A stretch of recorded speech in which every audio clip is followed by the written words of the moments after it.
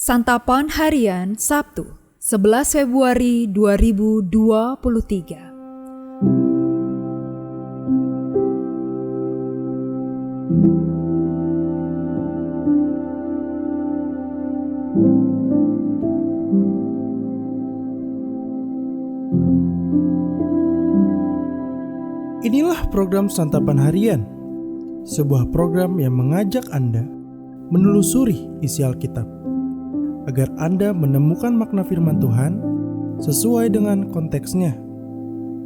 Santapan Harian tertuju bagi Anda yang ingin memiliki kehidupan rohani yang segar, kuat, dan sigap. Hari ini kita akan membaca 2 Raja-Raja pasalnya yang ke-17, ayatnya yang ke-24 hingga ayatnya yang ke-41. Namun sebelumnya, mari kita berdoa. Ya Allah Sang Cinta, Engkau merahmati kami dengan hari-hari yang baru. Izinkanlah kami saat ini untuk membaca, mendengar, dan merenungkan firman-Mu. Di dalam Kristus Yesus, kami memohon. Amin. 2 Raja-Raja 17 ayat 24 sampai 41. Raja Asyur mengangkut orang dari Babel, dari Kuta, dari Awa, dari Hamat dan Sefarwaim, lalu menyuruh mereka diam di kota-kota Samaria, menggantikan orang Israel. Maka orang-orang itu pun menduduki Samaria dan diam di kota-kotanya. Pada mulanya, waktu mereka diam di sana, tidaklah mereka takut kepada Tuhan. Sebab itu, Tuhan melepaskan singa-singa ke antara mereka yang membunuh beberapa orang di antara mereka. Lalu berkatalah orang kepada Raja Asyur, "Bangsa-bangsa yang Tuanku angkut tertawan dan yang Tuanku suruh diam di kota-kota Samaria, tidaklah mengenal hukum beribadah kepada Allah negeri itu. Sebab itu, dilepaskannyalah singa-singa ke antara mereka yang sesungguhnya membunuh mereka. Oleh karena mereka tidak mengenal hukum beribadah kepada Allah negeri itu." Lalu Raja Asyur memberi perintah, "Suruhlah pergi ke sana salah seorang imam yang telah kamu angkut dari sana ke dalam pembuangan. Biarlah ia pergi dan diam di sana dan mengajarkan kepada mereka hukum beribadah kepada Allah negeri itu." Salah seorang imam yang telah mereka angkut dari Samaria ke dalam pembuangan pergi dan diam di Betel. Ia mengajarkan kepada mereka bagaimana seharusnya berbakti kepada Tuhan. Tetapi setiap bangsa itu telah membuat allahnya sendiri dan menempatkannya di kuil di atas bukit-bukit pengorbanan yang dibuat oleh orang-orang Samaria. Setiap bangsa bertindak demikian di kota-kota yang mereka diami.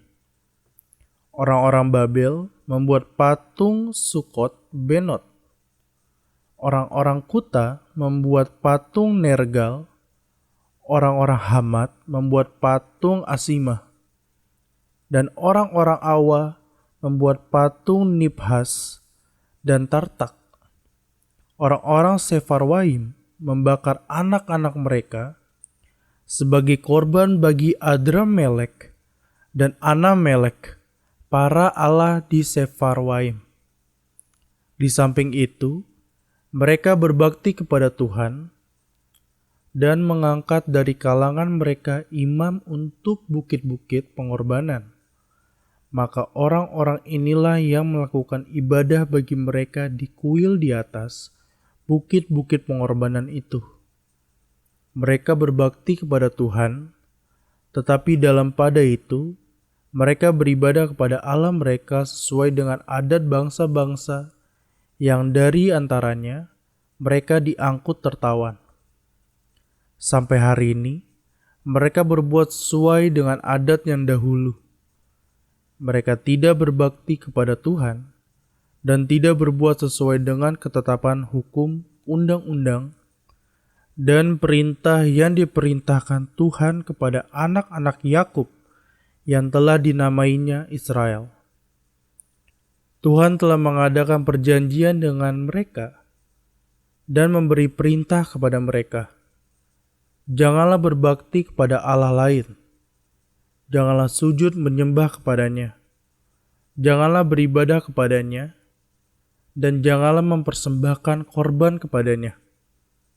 Tetapi Tuhan yang menuntun kamu dari tanah Mesir dengan kekuatan yang besar dan dengan tangan yang teracung, kepadanyalah kamu harus berbakti. Kepadanyalah kamu harus sujud menyembah dan mempersembahkan korban. Tetapi kamu harus berpegang kepada ketetapan-ketetapan, peraturan-peraturan, hukum dan perintah yang telah ditulisnya bagimu dengan melakukannya senantiasa dengan setia. Dan janganlah kamu berbakti kepada Allah-Allah lain. Janganlah kamu melupakan perjanjian yang telah kuadakan dengan kamu. Dan janganlah kamu berbakti kepada Allah lain, melainkan kepada Tuhan Allahmu, kamu harus berbakti. Maka Ia akan melepaskan kamu dari tangan semua musuhmu. Tetapi mereka tidak mau mendengarkan, melainkan mereka berbuat sesuai dengan adat mereka yang dahulu. Demikianlah bangsa-bangsa ini berbakti kepada Tuhan, tetapi dalam pada itu, mereka beribadah juga kepada patung-patung mereka, baik anak-anak mereka maupun cucu cicit mereka, melakukan seperti yang telah dilakukan nenek moyang mereka sampai hari ini.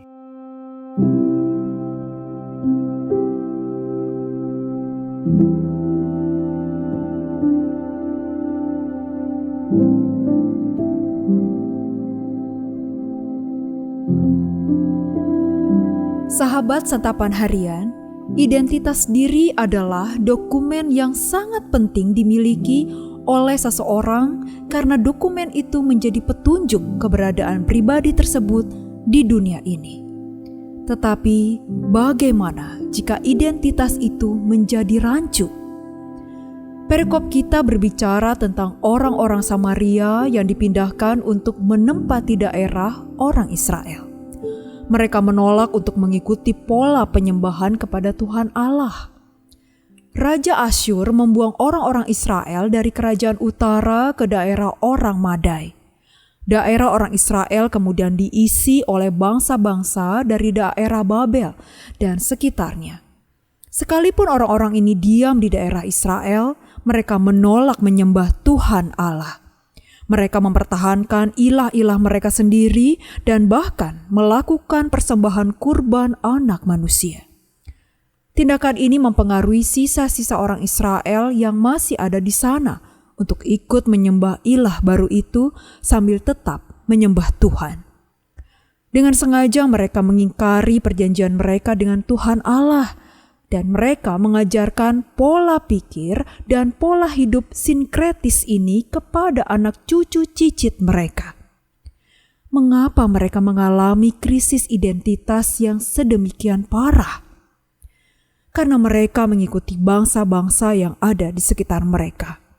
Mereka memandang rendah keberadaan Tuhan Allah dan dengan sengaja mereka melupakan riwayat penyertaan Tuhan atas mereka.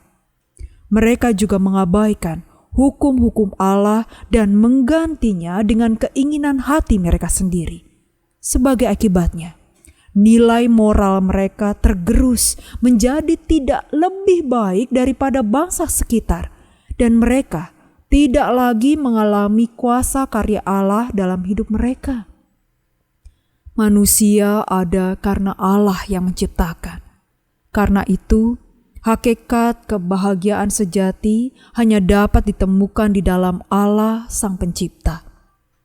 Ketika manusia berupaya melarikan diri dan menjauh dari Allah, serta melupakan identitasnya yang sejati sebagai anak-anak Allah, maka mereka akan mendapat kegelisahan dan kehausan rohani. Adakah kita memiliki persekutuan yang hidup dengan Tuhan Yesus, air hidup yang kekal itu?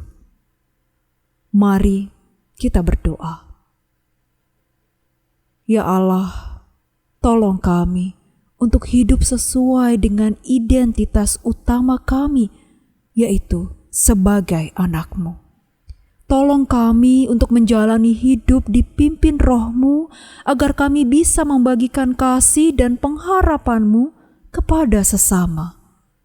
Di dalam nama-Mu, Yesus Kristus, kami berdoa. Amin.